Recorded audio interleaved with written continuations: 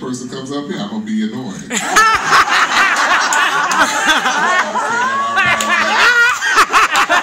I read Michael's black.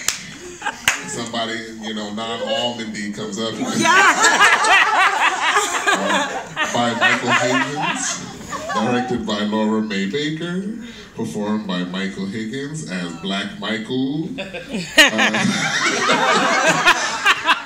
All right. So, give it up for Michael is Black, y'all.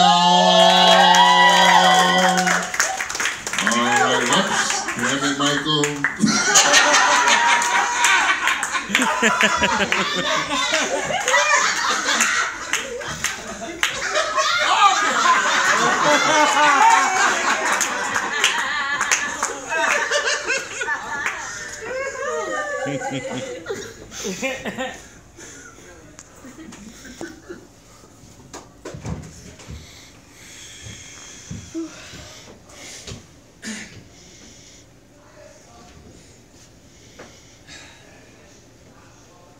The first time I ever realized I was black was in the 8th grade. I remember watching two students fight in the hall of high school. I was confused why they were fighting, and I heard the people chanting the N-word. I mean, chanting it. The other black students began to push and shove, and it turned into this huge fight. I ended up getting thrown into lockers and getting knocked out. It was more embarrassing than painful. Only one white student got detention. For a day. For the black students, the decree handed down from the administration was simple. Any fighting would result in 10-day suspension or worse. When I told my parents what happened, my mother shook her head and told me, "Don't you ever get in a fight on that school. They'll throw you out and give that other little cracker a cookie." I learned 2 valuable lessons that day. Learn from your mistakes and keep your head down. Good start? This is a section of my story. There's a lot of stories that need to be told, and here is mine. Well, technically, yeah. I hope you don't mind. This way will make things much easier. Safer as well. Well, for me anyway. I mean, you get the idea, you know? I went to a performing arts college because theater was the one thing that made me feel like I was a part of something, and for once my race and my awkwardness wouldn't be a factor. So, my 3rd day of class in college, I went up to do a monologue for an audition for a Shakespearean play called Love's Labour's Lost. I felt so strong and so powerful at the time. Turned out that all this time when I was thinking I had real emotion and commitment, no one could understand what the fuck I was saying. My dream of being an actor turned to complete shit in one critique. I never got over that one day when I was told I talked too fast. I've been trying to get over that for years. Seriously, years. It's not over yet either. As you can see, I still have anxiety about it. I also had a stutter.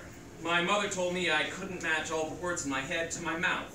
So I read 4 different speech books, one by Edith Skinner called Speak with Distinction.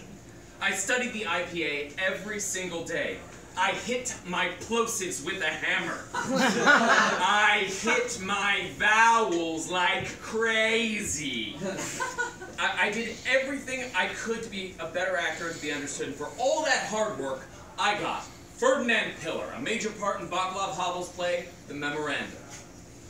And I should note that Ferdinand Pillar is the colored mute in the play. Oh.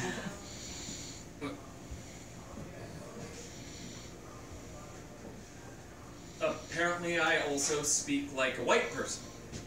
I've been told several times by several people, both black and white, that I never was able to fit in even with my own race, and because of that, it made me ashamed to speak in public. I've been told I talk like a white man, I walk like a white man, sometimes even act like a white man. Why talk for myself? Why not have a white man just talk for me? Maybe they'll hear me now. It makes me self-conscious. It's scary. Imagine wanting to be in a business where rule 1 is being understood and you have to say things twice and you feel shame about your voice. You feel ashamed because you don't sound like a certain race. You talk too fast. You stutter. You can never say anything with confidence. You hate every single thing about your voice. And you can do nothing about it. And you're supposed to be an actor. The vast ironies of life. And then there's the other thing. Mike, what other 5 minutes here, right?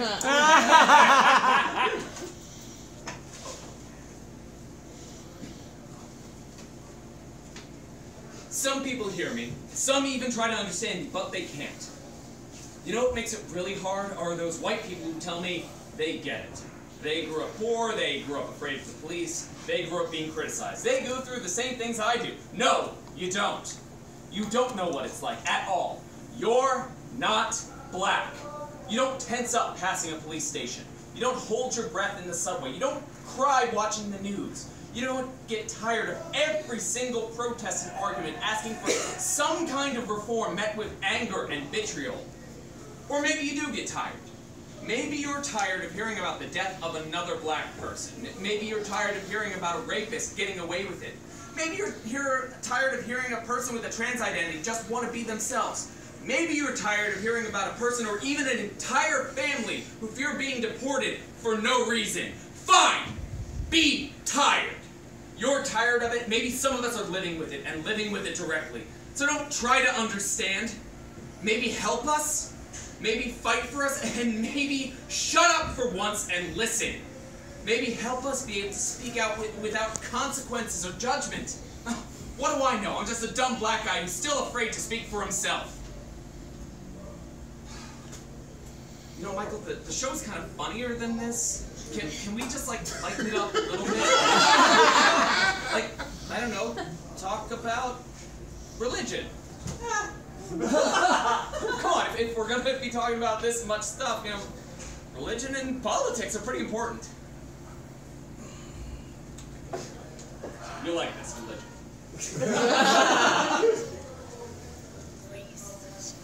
Let's go.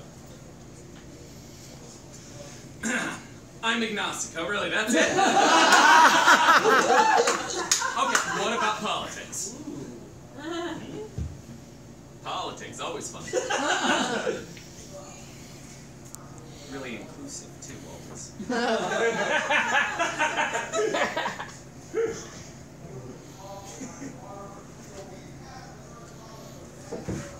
I'm black. Oh, come on!